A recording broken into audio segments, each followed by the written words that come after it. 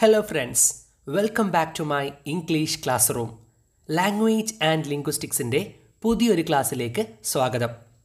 കഴിഞ്ഞ 2 ക്ലാസ്സുകളിലായി ലാംഗ്വേജിൻ്റെ ഡെഫിനിഷനുകളെക്കുറിച്ചും വ്യത്യസ്ത കോൺസെപ്റ്റുകളെക്കുറിച്ചും നമ്മൾ വിശദമായി ഡിസ്കസ് ചെയ്തു. ഈ ക്ലാസ്സിൽ നമ്മൾ ഡിസ്കസ് ചെയ്യാൻ പോകുന്നത് theories related to the origin of language, ഭാഷയുടെ ഉൽപ്പത്തിയുമായി ബന്ധപ്പെട്ട സിദ്ധാന്തങ്ങൾ. എങ്ങനെയെല്ലാമാണ് ഭാഷ ഉടലെടുത്തത് എന്നതുമായി ബന്ധപ്പെട്ട് വ്യത്യസ്തങ്ങളായിട്ടുള്ള സിദ്ധാന്തങ്ങളുണ്ട്. അവ ഓരോന്നിനെയും കുറിച്ച് വളരെ വിശദമായി പഠിക്കുകയാണ് ഈ ക്ലാസ്സിലൂടെ നമ്മൾ ചെയ്യുന്നത്. എല്ലാവർക്കും ഒരിക്കൽ കൂടി സ്വാഗതം. ഭാഷയുടെ ഉൽപ്പത്തി സിദ്ധാന്തങ്ങളെക്കുറിച്ച് പഠിക്കുന്നതിന് മുൻപ് ഭാഷയുടെ കർത്തവ്യങ്ങളെക്കുറിച്ച് നമുക്കൊന്ന് മനസ്സിലാക്കാം. ഫങ്ഷൻസ് ഓഫ് ലാംഗ്വേജ്, ഭാഷയുടെ കർത്തവ്യങ്ങൾ. എന്തെല്ലാം കാര്യങ്ങളാണ് ഭാഷ കൊണ്ട് നമ്മൾ നേടിയെടുക്കുന്നത്, എന്തെല്ലാം കാര്യത്തിനാണ് നമ്മൾ ഭാഷ ഉപയോഗിക്കുന്നത് എന്നാണ് ഇവിടെ പറയുന്നത്. The following are functions identified by Trask RL. Robert Lawrence Trask എന്ന് പറയുന്ന അമേരിക്കൻ ഭാഷാ പണ്ഡിതൻ്റെ അഭിപ്രായത്തിലുള്ള ഭാഷയുടെ ഫങ്ഷൻസ്, കർത്തവ്യങ്ങളാണ് നമ്മൾ പഠിക്കാൻ പോകുന്നത്. എന്തിനെല്ലാമാണ് ഭാഷ ഉപയോഗിക്കുന്നത് എന്നുള്ളത് റോബർട്ട് ലോറൻസ് ട്രാസ്ക് എന്ന് പറയുന്ന ലാറി ട്രാസ്ക് എന്നറിയപ്പെടുന്ന അമേരിക്കൻ ലിംഗ്വിസ്റ്റ് അഭിപ്രായപ്പെട്ടിട്ടുണ്ട്. അദ്ദേഹത്തിൻ്റെ പഠനത്തിൽ നിന്ന് 8 ഫങ്ഷനുകളാണ് ഭാഷയ്ക്കുള്ളത് എന്നാണ് അദ്ദേഹം പറയുന്നത്. അത് ഓരോന്നായി വളരെ വേഗത്തിൽ നമുക്കൊന്ന് നോക്കാം. First one, we pass on factual information to other people. മറ്റുള്ള ആളുകൾക്ക് ഫാക്ച്വൽ ആയിട്ടുള്ള, വസ്തുനിഷ്ഠമായിട്ടുള്ള, യഥാർത്ഥമായിട്ടുള്ള അറിവുകൾ നൽകാൻ വേണ്ടി നമ്മൾ ഭാഷയെ ഉപയോഗിക്കുന്നു. നമുക്കെല്ലാവർക്കും അറിയാം, നമ്മളൊരു കാര്യം വേറൊരാളോട് പറയാൻ വേണ്ടിയിട്ട് തീർച്ചയായിട്ടും ഉപയോഗിക്കുന്ന ഒരു ഉപാധിയാണ് ഭാഷ. We pass on factual information. നമ്മൾ വസ്തുനിഷ്ഠമായിട്ടുള്ള അറിവ് മറ്റാളുകൾക്ക് നൽകാൻ വേണ്ടി ഭാഷയെ ഉപയോഗിക്കുന്നു. Second one, we try to persuade other people to do something. മറ്റുള്ള ആളുകളെ എന്തെങ്കിലും ചെയ്യാൻ വേണ്ടി നമ്മൾ പ്രേരിപ്പിക്കുന്നത് ഭാഷയിലൂടെ ആയിരിക്കാം. വി ട്രൈ ടു പെർസുവേഡ് എന്ന് പറഞ്ഞാൽ പ്രേരിപ്പിക്കുക. Other people to do something, എന്തെങ്കിലും ഒന്ന് ചെയ്യാൻ വേണ്ടിയിട്ട് മറ്റുള്ള ആളുകളെ പ്രേരിപ്പിക്കാൻ വേണ്ടി നമ്മൾ ഭാഷ ഉപയോഗിക്കാറുണ്ട്. പ്രസംഗങ്ങളിലൂടെയും മറ്റ് അഡ്വൈസുകളിലൂടെയും നമ്മൾ പല കാര്യങ്ങളും ആളുകളോട് പറയാറുണ്ട് അല്ലേ. അതുകൊണ്ട് ഭാഷയുടെ മറ്റൊരു ഫംഗ്ഷനാണത്. ആളുകളെ പെർസുവേഡ് ചെയ്യാൻ, എന്തെങ്കിലും ഒന്ന് ചെയ്യാനോ പ്രവർത്തിക്കാനോ ചിന്തിക്കാനോ പ്രേരിപ്പിക്കുന്ന രീതിയിൽ നമ്മൾ ഭാഷയെ ഉപയോഗിക്കാറുണ്ട്. Third one, we entertain ourselves or other people. നമ്മളെ തന്നെയോ അല്ലെങ്കിൽ മറ്റുള്ള ആളുകളെയോ രസിപ്പിക്കാൻ വേണ്ടിയിട്ട്, സന്തോഷിപ്പിക്കാൻ വേണ്ടിയിട്ട്, അല്ലെങ്കിൽ വിനോദത്തിന് വേണ്ടിയിട്ട് നമ്മൾ ലാംഗ്വേജിനെ ഉപയോഗിക്കാറുണ്ട്. തമാശകൾ പറയാൻ, അത് നമ്മൾക്ക് തന്നെ സന്തോഷമുണ്ടാകുന്ന കാര്യങ്ങൾ പറയാൻ, അല്ലെങ്കിൽ മറ്റുള്ള ആളുകളെ രസിപ്പിക്കാൻ വേണ്ടിയിട്ട് നമ്മൾ ഭാഷ ഉപയോഗിക്കാറുണ്ട്. വി എൻ്റർടൈൻ അവർസെൽസ്, നമ്മളെ തന്നെ ചിലപ്പോൾ നമ്മൾ എൻ്റർടൈൻ ചെയ്യിപ്പിക്കും അല്ലെങ്കിൽ രസിപ്പിക്കും. ഓർ അതർ പീപ്പിൾ, അല്ലെങ്കിൽ മറ്റുള്ളവരെയോ നമ്മളെ തന്നെയോ സന്തോഷിപ്പിക്കാനും രസിപ്പിക്കാനും വേണ്ടിയും നമ്മൾ എന്ത് ചെയ്യാറുണ്ട്, ഭാഷ ഉപയോഗിക്കാറുണ്ട്. Fourth one, we express our membership in a particular group. ഒരു പ്രത്യേക വിഭാഗത്തിൽ, ഒരു ഗ്രൂപ്പിൽ നമ്മുടെ സ്ഥാനം പ്രകടിപ്പിക്കാൻ വേണ്ടിയിട്ട്, അതായത് നമ്മളൊരു പ്രത്യേക കൂട്ടത്തിലുള്ളതാണ്, അത് സുഹൃത്തുക്കളുടെ വലയാവാം, അല്ലെങ്കിൽ നാട്ടിലാവാം, വീട്ടിലാവാം, നമ്മുടെ സ്ഥാനം ഉറപ്പിക്കാൻ വേണ്ടിയിട്ട്, അത് പ്രകടിപ്പിക്കാൻ വേണ്ടിയിട്ട് നമ്മുടെ അഭിപ്രായങ്ങൾ നമ്മൾ എന്ത് ചെയ്യാറുണ്ട്, പറയാറുണ്ടല്ലേ. നമ്മൾ ആ കൂട്ടത്തിലുള്ള ആളാണെന്ന് കാണിക്കാൻ, അല്ലെങ്കിൽ അറിയിക്കാൻ നമ്മുടെ അഭിപ്രായങ്ങൾ നമ്മൾ പ്രകടിപ്പിക്കാറുണ്ട്. അത്തരത്തിൽ വി എക്സ്പ്രസ് അവർ മെമ്പർഷിപ്പ്, നമ്മുടെ സ്ഥാനം അത് പ്രകടിപ്പിക്കാൻ വേണ്ടിയിട്ട് ഇൻ എ പെർട്ടിക്കുലർ ഗ്രൂപ്പ്, ഒരു പ്രത്യേക വിഭാഗത്തിൽ, ഒരു ഗ്രൂപ്പിൽ ഉൾപ്പെടുന്ന ആളാണ് ഞാൻ അല്ലെങ്കിൽ നമ്മൾ എന്ന് കാണിക്കാൻ വേണ്ടിയിട്ട് നമ്മുടെ അഭിപ്രായങ്ങൾ നമ്മൾ അവിടെ പറയാറുണ്ട്.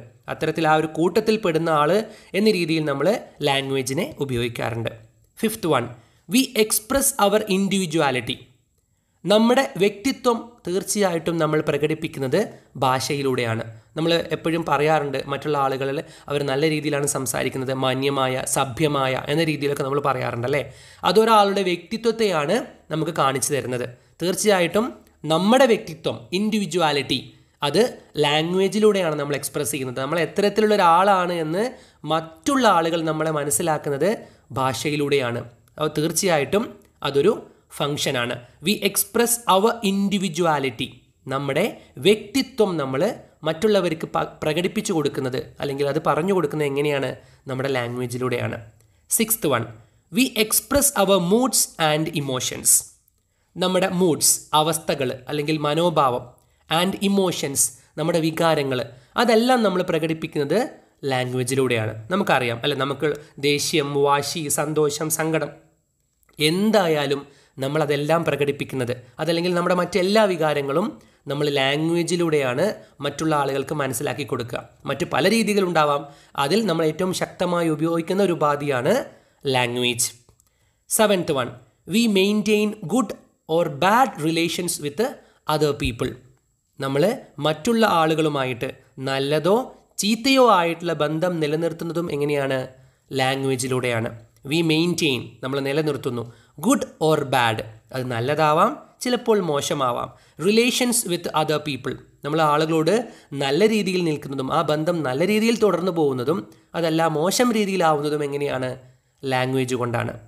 8th one, we construct mental representations of the world. ലോകത്തിനെ കുറിച്ചുള്ള നമ്മുടെ അഭിപ്രായങ്ങൾ നമ്മുടെ ചിന്തയിൽ നിറയുന്നതും എങ്ങനെയാണ്? ലാംഗ്വേജിലൂടെയാണ്. വി കൺസ്ട്രക്ട്, നമ്മൾ നിർമ്മിച്ചെടുക്കുന്നു. മെൻ്റൽ, നമ്മുടെ ചിന്തയിൽ.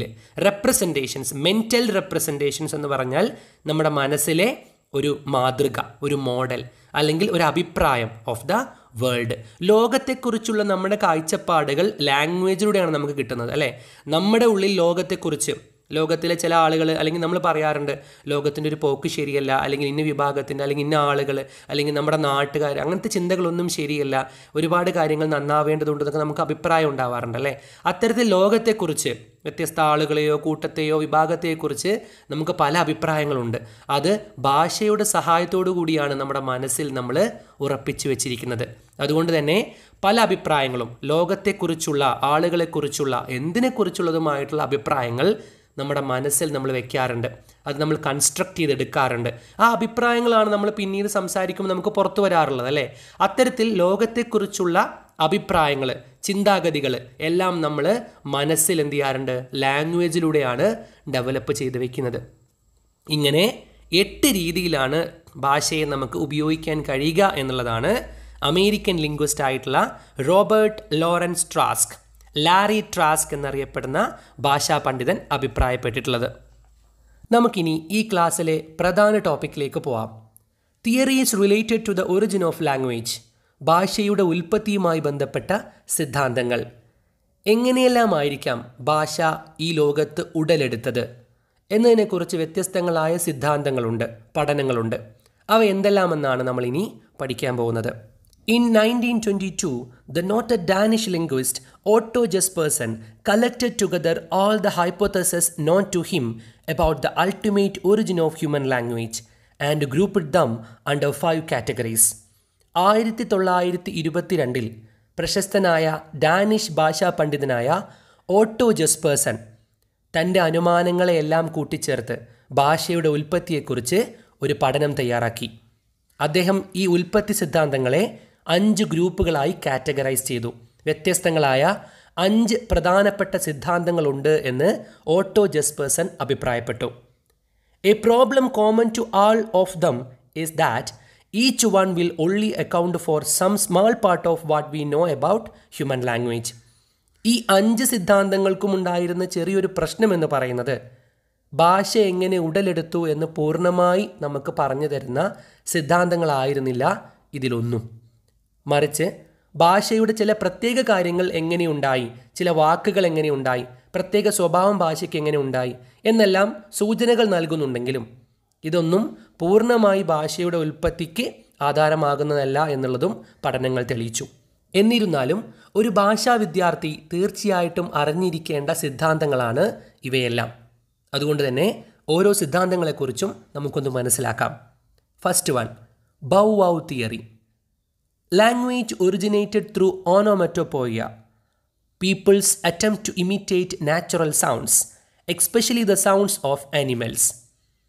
ഭാഷ ഉടലെടുത്തത് നമ്മൾ പ്രകൃതിയിലെ ശബ്ദങ്ങൾ അനുകരിച്ചുകൊണ്ടാണ് എന്നാണ് ഇവിടെ പറയുന്നത്.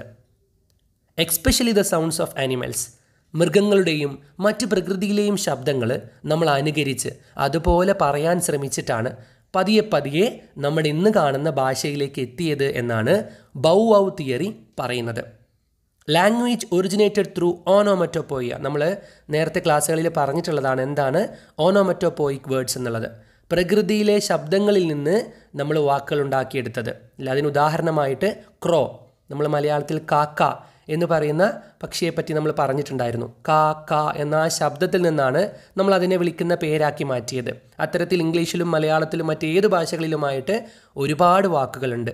അത്തരത്തിൽ ഓണോമറ്റോപോയിയ എന്ന് പറയുന്ന ആ വിഭാഗം വാക്കുകളിൽ നിന്നാണ് ഭാഷയുണ്ടായത് എന്ന് വാദിക്കുന്ന വിഭാഗമാണ് bow wow theory. People's attempt to imitate natural sounds.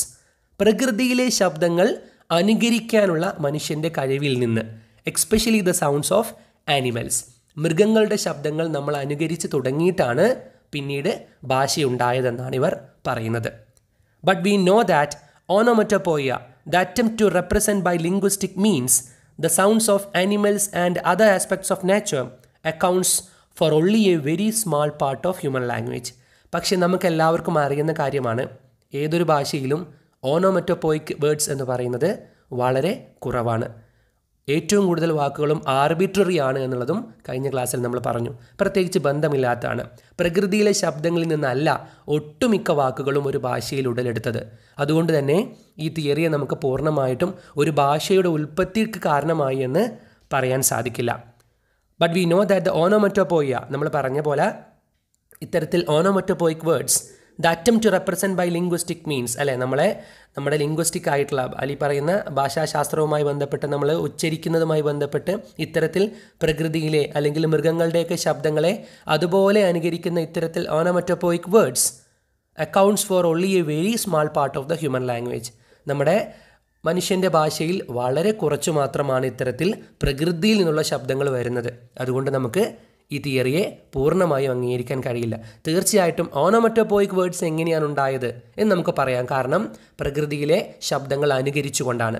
അതിന് മാത്രമേ ബൗ വൗ തിയറി നമ്മളെ സഹായിക്കുന്നുള്ളൂ. നമുക്കിനി അടുത്ത തിയറിയിലേക്ക് പോവാം. പൂ പൂ theory.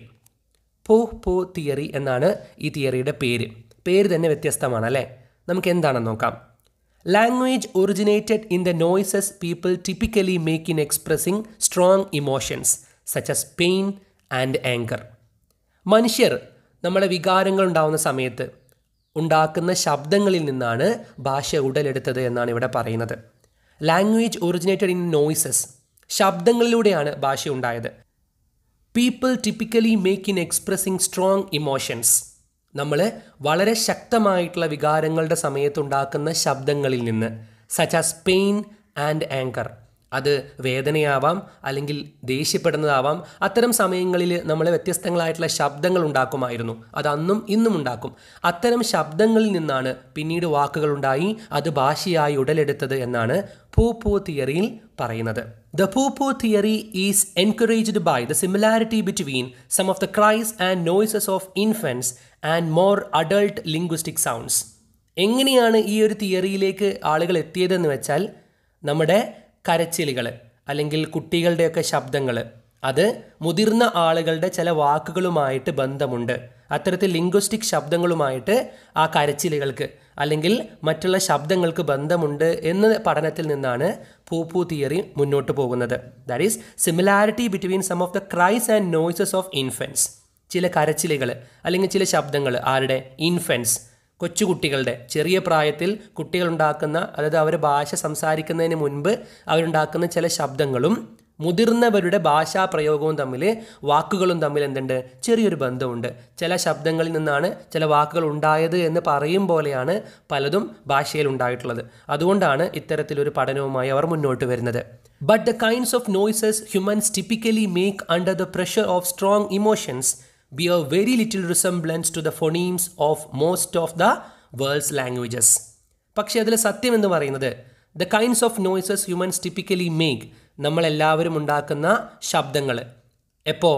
Under the pressure of strong emotions, വളരെ വികാരത്തള്ളിച്ച് ഉണ്ടാക്കുന്ന സമയത്ത് നമ്മൾ ഇത്തരത്തിൽ പല ശബ്ദങ്ങൾ ഉണ്ടാക്കാറുണ്ട്. ആ ശബ്ദങ്ങൾ bear very little resemblance to the phonemes, നമ്മുടെ ഭാഷാ ശബ്ദങ്ങളുമായിട്ട് വളരെ കുറച്ച് സാമ്യതകൾ മാത്രമേ ഉള്ളൂ. Of most of the world's languages, ലോകത്തിലെ ഏത് ഭാഷയിലെയും ഫോണീംസ്, നമ്മളെ ഭാഷയിൽ ഉപയോഗിക്കുന്ന വാക്കുകളായിട്ട് പറയുന്ന അത്തരം ശബ്ദങ്ങൾ, ആ ശബ്ദങ്ങളും നമ്മുടെ വികാരങ്ങളിലുള്ള ശബ്ദങ്ങളും തമ്മിലുള്ള സാമ്യത എന്ന് പറയുന്നത് വളരെ കുറച്ചാണെന്നുള്ളത് പിന്നീട് പഠനങ്ങൾ തെളിയിച്ചതാണ്. അതുകൊണ്ട് തന്നെ പൂപ്പോ തിയറി മുന്നോട്ട് വയ്ക്കുന്ന ഇത്തരത്തിൽ വികാരങ്ങൾ ഉണ്ടാകുമ്പോൾ നമ്മൾ ഉണ്ടാക്കുന്ന ശബ്ദങ്ങളിൽ നിന്നാണ് പിന്നീട് ഭാഷയുണ്ടായത്. ആദ്യകാലത്ത് മനുഷ്യൻ ഇത്തരത്തിൽ ശബ്ദങ്ങൾ മാത്രമേ ഉണ്ടായിരുന്നുള്ളൂ. വികാരങ്ങളുടെ സമയത്തുണ്ടാകുന്ന, അത് വേദനയായാലും ദേഷ്യമായാലൊക്കെ പോലുള്ള വികാര സമയത്ത് നമ്മൾ ഉണ്ടാക്കുന്ന ശബ്ദങ്ങളാണ് പിന്നീട് വാക്കുകളായത് എന്ന പൂപ്പോ തിയറിയും പൂർണ്ണമായും നമുക്ക് അംഗീകരിക്കാൻ കഴിയില്ല. തീർച്ചയായിട്ടും ചില വാക്കുകൾ എങ്ങനെയാണ് ഉണ്ടായത് എന്ന് മാത്രമാണ് ഇവിടെയും പറഞ്ഞു തരുന്നത്. നമുക്കിനി അടുത്ത തിയറിയിലേക്ക് പോവാം. Ding dong theory. ഒരു കോളിംഗ് ബെൽ അടിക്കുന്ന ശബ്ദവുമായിട്ടാണ് ഈ തിയറി വരുന്നത്. Ding dong theory. Language originated not through imitation but through response to the sounds and other stimuli from the environment. നമ്മുടെ ബൗവവ് തിയറിക്ക് എതിരായിട്ടാണ് ഈ തിയറി വരുന്നത്. നമ്മൾ പഠിച്ചതാണ് ബൗവവ് തിയറി പറയുന്നത് എന്താണ്? പ്രകൃതിയിലെ ശബ്ദങ്ങളിൽ നിന്ന് അനുകരിച്ചിട്ടാണ് ഭാഷ ഉണ്ടായതെന്നാണ്. എന്നാൽ ഇവിടെ തുടക്കത്തിൽ തന്നെ പറയുന്നു language originated not through imitation, അനുകരണത്തിലൂടെ അല്ല, but through response to the sounds, പ്രകൃതിയിലെ ശബ്ദങ്ങൾക്ക് മനുഷ്യൻ നൽകുന്ന റെസ്പോൺസുകളിൽ നിന്നാണ്. Other stimuli from the environment, റെസ്പോൺസും അതിൻ്റെ ഒപ്പം തന്നെ മറ്റ് ഉത്തേജനങ്ങളും ഫ്രം ദ എൻവിറോൺമെൻറ്റ്, പ്രകൃതിയിൽ നിന്നുള്ള പല ശബ്ദങ്ങളും ആ ശബ്ദങ്ങൾക്ക് മറുപടിയായിട്ട് മനുഷ്യനിൽ നിന്ന് വന്ന റെസ്പോൺസ് ശബ്ദങ്ങൾ. നമുക്കറിയാം കുയിൽ അല്ലെങ്കിൽ മറ്റ് പല കിളികളും ശബ്ദമുണ്ടാക്കുമ്പോൾ നമ്മൾ അതിന് തിരിച്ചും എന്ത് ചെയ്യാറുണ്ട്? ശബ്ദം ഉണ്ടാക്കാറുണ്ട് അല്ലേ? കൂ എന്ന് പറയുമ്പോൾ നമ്മളും അത്തരത്തിൽ കൂ കൂ എന്ന് പറയുന്ന ശബ്ദം ഉണ്ടാക്കും. അത് കുയിലും തുടരും. അത്തരത്തിൽ നമുക്കെല്ലാവർക്കും ചെറുപ്പകാലം മുതലേ ഓർമ്മയുള്ളതാണ് അത്തരത്തിലുള്ള പ്രകൃതിയിലെ ശബ്ദങ്ങൾക്ക് നമ്മൾ കൊടുക്കുന്ന റെസ്പോൺസുകൾ. ഇത്തരത്തിൽ പ്രകൃതിയിൽ നിന്ന് കിട്ടുന്ന ശബ്ദങ്ങൾക്ക് എതിരായി മനുഷ്യനിലുണ്ടായ, അത് ചിലപ്പോൾ അവൻ പറഞ്ഞിട്ടുണ്ടാവാം അല്ലെങ്കിൽ ശബ്ദമാക്കിയിട്ട് ഉപയോഗിച്ചിട്ടുണ്ടാവാം, അതല്ലെങ്കിൽ അവൻ്റെ ഉള്ളിൽ തന്നെ അത്തരത്തിലൊരു താളം ഉടലെടുത്തിട്ടുണ്ടാവാം. അത്തരം സംഭവങ്ങളിൽ നിന്നാണ് ഭാഷ ഉണ്ടായത് എന്നാണ് ഇവിടെ പറയുന്നത്. Through responses to the sounds and other stimuli from the environment, പ്രകൃതിയിലെ ശബ്ദങ്ങളിൽ നിന്നോ അല്ലെങ്കിൽ പല കാര്യങ്ങളിലും പ്രകൃതിക്കൊരു താളമുണ്ട്, ആ താളത്തിൽ നിന്നോ മനുഷ്യൻ്റെ റെസ്പോൺസ്, അവൻ്റെ മറുപടിയിൽ നിന്നാണ് ഭാഷയുണ്ടായത്. What Jespersen called the ding-dong theory is based on what is often called sound symbolism. The fact that certain kinds of sounds tend to have common associations in a variety of languages. ഈ theory മുന്നോട്ട് കൊണ്ടുവന്ന ആൾ auto ജെസ്പേഴ്സൺ. നമ്മൾ പറഞ്ഞു എല്ലാ തിയറികളും ഒരുമിച്ച് ക്രോഡീകരിച്ച ആളാണ് ജെസ്പേഴ്സൺ. Ding Dong തിയറിയെക്കുറിച്ച് ജെസ്പേഴ്സൺ പറയുന്നത് this theory is based on what is often called sound symbolism. ശബ്ദത്തിൻ്റെ പ്രതീകാത്മക സ്വഭാവമാണ് ഇവിടെ പ്രകടമാകുന്നത് എന്നാണ് ജെസ്പേഴ്സൺ പറയുന്നത്. അതായത് ഒരേ രീതിയിൽ വരുന്ന ശബ്ദത്തിൻ്റെ ഒരു പാറ്റേൺ നമുക്കിവിടെ കാണാം. അതുകൊണ്ടാണ് പ്രകൃതിയിലെ ശബ്ദങ്ങളിൽ നിന്ന് മനുഷ്യൻ കൊടുക്കുന്ന റെസ്പോൺസുകളിൽ നിന്നാണ് ഭാഷ ഉണ്ടായത് എന്ന് കാണിക്കാൻ പ്രകൃതിയിലെ പല ശബ്ദങ്ങൾക്കും മനുഷ്യൻ ഉത്തരമായി പറഞ്ഞപ്പോൾ ഒരേ ഒരു സിംബോളിസം, ഒരു പ്രതീകാത്മക സ്വഭാവം നമുക്ക് കാണാൻ പറ്റും. ഒരേ രീതിയിലുള്ള ഒരു സംഭവം നമുക്ക് കാണാൻ പറ്റും എന്നിവിടെ പറയുന്നുണ്ട്. The fact that certain kinds of sound tend to have common associations in a variety of languages. പല പ്രത്യേകമായിട്ടുള്ള ശബ്ദങ്ങളും ഒരേ രീതിയിൽ ഉപയോഗിച്ചു പോരുന്നതായിട്ട് നമ്മൾ കാണാറുണ്ട്. Common associations in a variety of languages. വ്യത്യസ്ത ഭാഷകളിൽ ഒരേ ഒരു രീതി, ഒരു പാറ്റേൺ, ചില ശബ്ദങ്ങൾ വരുമ്പോൾ അതിന് ചില അർത്ഥങ്ങൾ വരുന്നതായിട്ട് നമുക്ക് കാണാൻ പറ്റും. അതായത് പ്രകൃതിയിലെ ഇത്തരം സംഭവങ്ങൾക്ക് മനുഷ്യൻ കൊടുത്ത റെസ്പോൺസ് കൊണ്ടാണ് ഇത്തരം ഒരേ ഒരു രീതി ചില വാക്കുകളിലൊക്കെ വരുന്നതെന്ന് പറയുന്നുണ്ട്. അതിനൊരു എക്സാമ്പിളും ഇവിടെ പറയുന്നുണ്ട്. It has been noticed that in English words beginning with the cluster sl tend to suggest unpleasant, foul creatures or substances. Ding dong തിയറിക്ക് ആധാരമായിട്ട് അതൊരു സൗണ്ട് സിംബോളിസമാണ് എന്ന് കാണിക്കാൻ, അതല്ലെങ്കിൽ ശബ്ദത്തിൻ്റെ ഒരു പ്രതീകാത്മകമായ സ്വഭാവം ഒരുപോലെ വരുന്നുണ്ട് എന്ന് കാണിക്കാൻ പറയുന്ന ഉദാഹരണം ഇവിടെ സ്, ല് എന്നീ ശബ്ദങ്ങളുടെ കൂട്ടം വാക്കുകളിൽ വരുമ്പോൾ ഉണ്ടാവുന്ന പ്രത്യേകതയാണ്. അതായത് സ്, ല് രണ്ട് ശബ്ദങ്ങളാണ്, ഒന്ന് സ്, മറ്റൊന്ന് ല്. ഈ രണ്ട് ശബ്ദങ്ങളുടെയും ക്ലസ്റ്റർ, അതിൻ്റെ ഒരു കൂട്ടം ഒരു വാക്കിൽ ഒന്നിച്ച് വരുന്ന സമയത്ത് അതിൻ്റെ അർത്ഥത്തിന് ഒരു പ്രത്യേക സ്വഭാവമുണ്ട്. അതായത് ടു സജസ്റ്റ് അൺപ്ലസൻറ്റ്, അരോചകമായിട്ടുള്ള അല്ലെങ്കിൽ അതൃപ്തികരമായിട്ടുള്ള ഒരു സംഭവത്തെ കാണിക്കുന്നതായിരിക്കും. അല്ലെങ്കിൽ ഫൗൾ ക്രിയേച്ചേഴ്സ് ഓർ സബ്സ്റ്റൻസസ്, നമുക്ക് അറപ്പുളവാക്കുന്ന ജീവികളോ വസ്തുക്കളോ പറയാൻ വേണ്ടിയിട്ടാണ് നമ്മൾ ഇത്തരത്തിൽ സ്, ല് എന്നീ ശബ്ദങ്ങൾ ഉപയോഗിക്കുന്നത്. നമുക്കറിയാം ഒറ്റയ്ക്ക് നിൽക്കുന്ന സമയത്ത് സ്, ല് എന്ന വാക്കുകൾ ഒന്നിച്ച് സ്ല് എന്ന വാക്കിന് അല്ലെങ്കിൽ ആ ഒരു ക്ലസ്റ്ററിന് ആ ഒരു ശബ്ദങ്ങളുടെ കൂട്ടത്തിന് എന്തില്ല, ഒരർത്ഥമില്ല. എന്നാൽ വാക്കുകളിൽ ഇത് വരുന്ന സമയത്ത് ഇത്തരത്തിൽ അൺപ്ലസൻ്റ് ആയിട്ടുള്ള അല്ലെങ്കിൽ ഫൗൾ, വൃത്തികെട്ട, അറപ്പുളവാക്കുന്ന എന്ന അർത്ഥം വരാറുണ്ട്. അപ്പോൾ അത് എന്തുകൊണ്ട് വന്നു എന്ന് ചോദിക്കുമ്പോൾ ഇത്തരത്തിലൊരു സൗണ്ട് സിംബോളിസം, പ്രകൃതിയിലെ മനുഷ്യൻ്റെ ആ പ്രതികരണങ്ങളിൽ നിന്നാണ് ഭാഷയുണ്ടായത്. അതുകൊണ്ട് തന്നെ ഒരേ സ്വഭാവമുണ്ട്. അത്തരമൊരു ശബ്ദം കണ്ടോ, ആ ശബ്ദം നമ്മൾ ഉപയോഗിക്കുമ്പോൾ എല്ലാത്തിനും ഒരു അർത്ഥം വരുന്നില്ലേ എന്ന രീതിയിൽ ഉദാഹരണങ്ങൾ പറയാറുണ്ട്. ഇവിടെ എക്സാമ്പിളായിട്ട് പറയുന്നത് സ്ലൈം, സ്ലിദർ, സ്ലഗ്, സ്ലോപ്പി തുടങ്ങിയ വാക്കുകളാണ്. ഈ വാക്കുകളെല്ലാം നമുക്ക് കാണാം തുടക്കത്തിൽ സ്, ല് എന്നീ ശബ്ദങ്ങളാണ് തുടർച്ചയായിട്ട് വരുന്നത് അല്ലേ. സ്ലൈം, സ്ലൈം എന്ന് വെച്ചാൽ ചെളി എന്നൊക്കെയാണ് അർത്ഥം. വൃത്തിയില്ലാത്ത എന്ന അർത്ഥം വരുന്നുണ്ട്. അൺപ്ലസൻറ്റ് എന്നുള്ള അർത്ഥം വരുന്നുണ്ട്. മറ്റൊരു വാക്കാണ് സ്ലിഥർ. സ്ലിഥർ എന്ന് വെച്ചാൽ തെന്നി വീഴുക, തെന്നുക എന്നൊക്കെ അർത്ഥം. സ്ലഗ്, കീടം എന്നൊക്കെ അർത്ഥത്തിലാണ് സ്ലഗ്. സ്ലോപ്പി, മലിനമായ എന്നർത്ഥമാണ് സ്ലോപ്പിക്കുള്ളത്. ഇത്തരത്തിൽ സ്ലൈം, സ്ലിഥർ, സ്ലഗ്, സ്ലോപ്പി തുടങ്ങിയ വാക്കുകളൊക്കെ കാണുമ്പോൾ നമുക്കറിയാം എല്ലാത്തിലും സ്ല് എന്ന ശബ്ദം തുടർച്ചയായിട്ട് വരുന്നുണ്ട്. ഇത്തരം സ്ല് എന്ന് വരുന്ന സമയത്ത് അതിനൊരു അൺപ്ലസൻറ്റ് അല്ലെങ്കിൽ ഫൗൾ എന്ന അർത്ഥത്തിലുള്ള അർത്ഥം വരുന്നു എന്നുള്ളത് ഒരു സൗണ്ട് സിംബോളിസമാണ്. ഇതിന് പിന്നിൽ ഒരു കാരണം ഉണ്ടാവാം എന്നാണ് പറയുന്നത്. അത് ഡിങ് ഡോങ് തിയറി ആയിരിക്കാം. അതായത് പ്രകൃതിയിൽ നിന്ന് മനുഷ്യൻ കൊടുത്ത റെസ്പോൺസ് ആവാം. അതുകൊണ്ടായിരിക്കാം ഒരേ അർത്ഥം ഇത്തരത്തിൽ സ്, ല് വരുമ്പോൾ വരുന്നത്. മറ്റൊരു ഉദാഹരണം കൂടി ഇവിടെ പറയുന്നുണ്ട്. And words ending with ag, ആ, ഗ് എന്ന ശബ്ദം വരുമ്പോൾ tend to suggest a loss of speed or energy. അത് വേഗതയിലോ അല്ലെങ്കിൽ എനർജിയിലോ ശക്തിയിലോ ഒക്കെ വരുന്ന ഒരു ലോസിനെ കാണിക്കാൻ, ഒരു കുറവിനെ കാണിക്കാനാണ് ഉപയോഗിക്കുന്നത്. ഉദാഹരണം പറയുന്നത് ഡ്രാഗ്, ഫ്ലാഗ്, ലാഗ്, സാഗ് എന്നൊക്കെ പറയുന്ന ഉദാഹരണത്തിൽ ഡ്രാഗ് എന്ന് പറഞ്ഞാൽ വലിച്ചിഴക്കുക, അതുപോലെ ഫ്ലാഗ് എന്ന് പറഞ്ഞാൽ തളരുക, ലാഗ് എന്ന് നമുക്കറിയാം വളരെ ലാഗായിട്ടുള്ള അല്ലേ, പതുക്കെയുള്ളത്. സാഗ് എന്ന് ഉദ്ദേശിക്കുന്നതും തളരുക അല്ലെങ്കിൽ ചായ്വ് എന്നൊക്കെയാണ്. ഈ വാക്കുകളുടെ എല്ലാം നമുക്കറിയാം അവസാനം വരുന്നത് ആ, ഗ് എന്നീ പറയുന്ന ശബ്ദമാണ്. അത്തരത്തിൽ ആ ശബ്ദം വരുമ്പോൾ തന്നെ സ്പീഡ് കുറയുക അല്ലെങ്കിൽ ശക്തി കുറയുക, എനർജി കുറയുക എന്നുള്ള അർത്ഥമൊക്കെ വരുന്നുണ്ട് ഈ വാക്കുകൾക്കെല്ലാം. അപ്പോൾ ഏകദേശം എല്ലാത്തിനും ഒരു സ്വഭാവം വരുന്നുണ്ട്. ഇത്തരത്തിലുള്ള വാക്കുകളൊക്കെ ഉദാഹരണം വെച്ചിട്ടാണ് ഇവിടെ പ്രകൃതിയിൽ നിന്നുള്ള മനുഷ്യൻ്റെ റെസ്പോൺസുകൾക്കാണ്, അവൻ്റെ മറുപടികളിലൂടെയാണ് ഭാഷയുണ്ടായത് എന്ന് ഡിങ് ഡോങ് തിയറി വാദിക്കുന്നത്. പക്ഷെ നമുക്കറിയാം ഇത്തരത്തിൽ എല്ലാ വാക്കുകൾക്കും ഇത്തരത്തിലൊരു സൗണ്ട് സിംബോളിസം നമുക്ക് കാണാനും മനസ്സിലാക്കാനും കഴിയില്ല. അതുകൊണ്ട് തന്നെ വളരെ കുറച്ച് വാക്കുകൾ വെച്ചിട്ട് ഈ തിയറിയാണ് ഇങ്ങനെയാണ് ഉണ്ടായത് എന്ന് നമുക്ക് ഉറപ്പിക്കാനും കഴിയില്ല. നമുക്കിനി അടുത്ത തിയറിയിലേക്ക് പോവാം. യോ ഹി ഹോ തിയറി. പേര് കേൾക്കുമ്പോൾ തന്നെ ഒരു ചൈനീസ്, ജപ്പാനീസ് സ്വഭാവമുണ്ട് എന്ന് നമുക്ക് തോന്നും അല്ലേ? അങ്ങനെയൊന്നുമില്ല. യോ ഹി ഹോ തിയറി നമ്മൾ കരാട്ടെ, കുൻഫു ഒക്കെ ഉപയോഗിക്കുന്ന സമയത്ത് ഇത്തരത്തിൽ ശബ്ദങ്ങളൊക്കെ ഉണ്ടാക്കുന്നതായിട്ട് കേൾക്കാറുണ്ട്. എന്നാൽ ഇവിടെ ഉദ്ദേശിക്കുന്നത് മറ്റൊന്നാണ്. നമ്മൾ മലയാളത്തിൽ ഹൈലസ എന്നൊക്കെ പറയാറുണ്ട് അല്ലേ? ഭാരമുള്ള ജോലിയൊക്കെ ചെയ്യുന്ന സമയത്ത്, വളരെ ഭാരമേറിയ എന്തെങ്കിലുമൊക്കെ തള്ളുന്ന സമയത്ത് ഹെയ്ലസ എന്നൊക്കെ പറയാറുണ്ട്. അത്തരം ഒരു വാക്കായിട്ടാണ് ഇവിടെ മനസ്സിലാക്കേണ്ടത് യോ ഹി ഹോ. എന്താണ് ഈ തിയറി നോക്കാം. Language developed out of the rhythmic noises and eventually chants people used to accompany work. ഇവിടെയും താളാത്മകമായ ശബ്ദങ്ങളിൽ നിന്നാണ് ഭാഷ ഉണ്ടായത് എന്നാണ് പറയുന്നത്. എന്നാൽ എന്ത് തരം താളാത്മക ശബ്ദമാണ്? Chants people used to accompany work. Chants, ഉരുവിടുക. നമ്മൾ എന്തെങ്കിലുമൊക്കെ ഉരുവിട്ടുകൊണ്ടിരിക്കുന്നതിനാണ് ചാൻസ് എന്ന് പറയുക. People used to accompany work. നമ്മളൊരു ജോലിയുടെ അകമ്പടിയായിട്ട്, ഒരു ജോലിയുടെ കൂടെ ഒരു ജോലി ചെയ്യുന്ന സമയത്ത് നമ്മൾ ഉരുവിടുന്ന, നമ്മളുണ്ടാക്കുന്ന ശബ്ദങ്ങളുടെ ആ ഒരു താളാത്മക സ്വഭാവത്തിൽ നിന്നാണ് ഭാഷ ഉടലെടുത്തതെന്നാണ് ഇവിടെ പറയുന്നത്. It is inspired mostly by the prosodic rhythmic features of human language. ഇവിടെ ഭാഷയുടെ ഒരു തരത്തിലുള്ള പ്രൊസോഡിക്, ഒരു ശബ്ദരീതി അല്ലെങ്കിൽ റിതമിക്, താളാത്മകമായിട്ടുള്ള സ്വഭാവത്തിൻ്റെ കാരണങ്ങളൊക്കെയാണ് പറയുന്നത്. And is therefore more interested in accounting for these rhythmic features than for anything else in the way of either phonetic, articulation, grammar or meaning.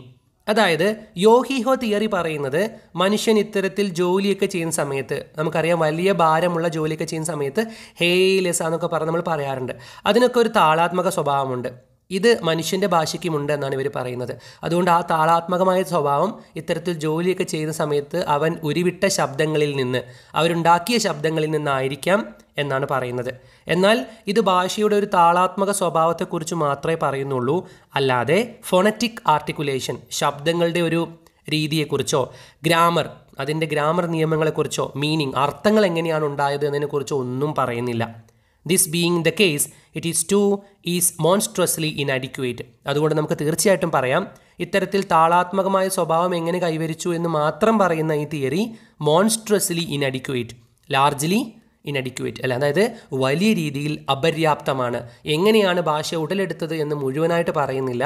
ഭാഷയ്ക്ക് എങ്ങനെ ഒരു താളാത്മക സ്വഭാവം കിട്ടിയെന്ന് മാത്രമേ ഇവിടെ പറയുന്നുള്ളൂ. അത് ഇത്തരത്തിൽ മനുഷ്യനുണ്ടാക്കിയ, ഇത്തരത്തിൽ ജോലി ചെയ്യുമ്പോൾ ഉണ്ടാക്കിയ ശബ്ദങ്ങളിൽ നിന്നായിരിക്കാം എന്ന് മാത്രം. ഓക്കെ, നമുക്കിനി അവസാനത്തെ നമ്മുടെ തിയറിയിലേക്ക് പോവാം. ലാല തിയറി. ലാല എന്ന് പറയുമ്പോൾ തന്നെ അതിനൊരു പാട്ടിൻ്റെ സ്വഭാവം ഉണ്ട് അല്ലേ, ലാല. സോ അത്തരത്തിൽ ഇതിനെ മ്യൂസിക്കൽ തിയറി എന്നും പറയാറുണ്ട്. എന്താണ് ഈ തിയറിയിൽ പറയുന്നതെന്ന് നോക്കാം. Language developed from sounds associated with love, play, poetic feeling, song. ഭാഷ ഉടലെടുത്തത് ഒരുപാട് ശബ്ദങ്ങളിൽ നിന്നാണ്. ആ ശബ്ദങ്ങൾ എവിടെ നിന്നാണ്? വിത്ത് ലവ്, സ്നേഹത്തിൻ്റെ, പ്ലേ അല്ലെങ്കിൽ കളിയുടെ, ചിരിയുടെ, പോയറ്റിക് ഫീലിംഗ്, കാവ്യാത്മകമായ ഫീലിങ്സിൻ്റെ, സോങ്, പാട്ടുകളിൽ നിന്ന്. ഇത്തരത്തിൽ പാട്ടുകളിലൂടെയും അതുമായി ബന്ധപ്പെട്ട മറ്റ് കാര്യങ്ങളിലൂടെയുമാണ് ശബ്ദങ്ങളും പിന്നീട് അതിൽ നിന്ന് ഭാഷയും ഉടലെടുത്തത് എന്നാണ് ലാല തിയറി പറയുന്നത്. But it is difficult to see how any set of lyrics could have been created and passed on from earlier generations can be of some legitimate reason for creating language as such. പക്ഷേ ഇവിടുത്തെ ഏറ്റവും വലിയ പ്രശ്നം എന്ന് പറയുന്നത്, അപ്പോൾ പാട്ടുകൾ എങ്ങനെ ഉണ്ടായി? ഭാഷയില്ലാത്തൊരു കാലത്ത് ആദ്യം പാട്ടുകൾ ഉണ്ടായി എന്നും ആ പാട്ടുകളിലൂടെയും ആ പാട്ടിൻ്റെ താളാത്മക സ്വഭാവവും പിന്നീട് സംസാരത്തിലേക്ക് കൂടി വന്നു എന്നാണ് ഇവിടെ പറയുന്നത്. എന്നാൽ വളരെ ബുദ്ധിമുട്ടേറിയൊരു കാര്യം, പാട്ടുകൾ കാലങ്ങൾക്ക് മുൻപേ ഉണ്ടായിരുന്നുവെന്നും അത് തലമുറകളായി കൈമാറി വന്നു എന്നും തെളിയിക്കാൻ ഈ തിയറിക്ക് സാധിച്ചിട്ടില്ല. അതുകൊണ്ട് തന്നെ ഇതും നമുക്ക് എന്തല്ല, പൂർണ്ണമായി വിശ്വസിക്കാവുന്ന ഒന്നല്ല. പാട്ടുകളാണ് ആദ്യം ഉണ്ടായതെന്നാണ് ഇവിടെ പറയുന്നത്. ആ പാട്ടുകളിലൂടെയാണ് മനുഷ്യൻ സംസാരിക്കാൻ തുടങ്ങിയതെന്നും പറയുന്നു. It is difficult to see how any set of lyrics could have been created. എങ്ങനെയാണ് ഇത്തരത്തിൽ ലിറിക്സ്, കവിതാ വരികളോ അല്ലെങ്കിൽ കവിതകളോ ചൊല്ലുകളോ പാട്ടുകളോ ഉണ്ടായതെന്ന് പറയാൻ സാധിച്ചിട്ടില്ല. And passed on from earlier generations, മുൻപത്തെ തലമുറയിൽ നിന്ന് അത് കൈമാറി വന്നത് എങ്ങനെയാണെന്നും പറയാൻ സാധിച്ചിട്ടില്ല. Can be of some legitimate reason, അതുകൊണ്ട് യുക്തിപരമായിട്ടുള്ള ഒരു റീസൺ, ഒരു കാരണം അതിന് പറഞ്ഞിട്ടില്ല ഫോർ ക്രിയേറ്റിംഗ് ലാംഗ്വേജസ് സച്ച്. അതുകൊണ്ട് തന്നെ ഇങ്ങനെയാണ് ഭാഷ ഉണ്ടായത് എന്ന് നമുക്ക് യുക്തിപരമായ ഒരു കാരണം ഇവിടെ തെളിയിക്കാനില്ലാത്തത് കൊണ്ട് ഈ തിയറിയും നമുക്ക് പൂർണ്ണമായി അംഗീകരിക്കാൻ സാധിക്കില്ല. പക്ഷേ ഇവിടെയും ഭാഷയുടെ ഒരു താളാത്മക സ്വഭാവം അല്ലെങ്കിൽ നമ്മൾ മൂളിപ്പാട്ട്, അത്തരത്തിൽ മൂളിപ്പാട്ടിലൂടെയൊക്കെ ഭാഷ ഡെവലപ്പ് ചെയ്ത് വന്നു എന്ന് പറയുന്നൊരു തിയറിയും നമുക്ക് ആ ഒരു ചിന്താഗതിയും ഒഴിവാക്കി കളയാൻ കഴിയില്ല. പക്ഷേ ഇത് പൂർണ്ണമായി അംഗീകരിക്കാവുന്ന രീതിയിൽ തെളിവുകൾ നമ്മുടെ മുമ്പിൽ ഉണ്ടായിട്ടുമില്ല. 5 തിയറികളെക്കുറിച്ച് നമുക്ക് മനസ്സിലായി. ഓരോ തിയറിയും ഓരോ കാര്യങ്ങൾ പറയുന്നുണ്ടെങ്കിലും ഒന്നും പരിപൂർണമായി ഭാഷയുടെ ഉൽപ്പത്തിയെക്കുറിച്ച് നമുക്ക് വിവരിച്ച് തന്നില്ല അല്ലേ. നമുക്കിനി ഈ ക്ലാസ് കൺക്ലൂഡ് ചെയ്യാം. It may be noted that any theory that seeks to explain the existence of languages using only sound is obviously inadequate as an explanation for the real phenomenon of human language considering its complex nature. നമുക്ക് ഇവിടെ ഈ തിയറികളിലെല്ലാം പറഞ്ഞു തന്നത് ചില ശബ്ദങ്ങൾ എങ്ങനെ ഉണ്ടായി, ചില രീതിയിലുള്ള സ്വഭാവം, താളാത്മകമായ രീതി എങ്ങനെ ഉണ്ടായി എന്നുള്ളതാണ് അല്ലേ. പക്ഷെ നമുക്കറിയാം ഭാഷ, ലാംഗ്വേജ് എന്ന് പറയുന്നത് ഒരു കോംപ്ലക്സ് സംഭവമാണ് അല്ലേ.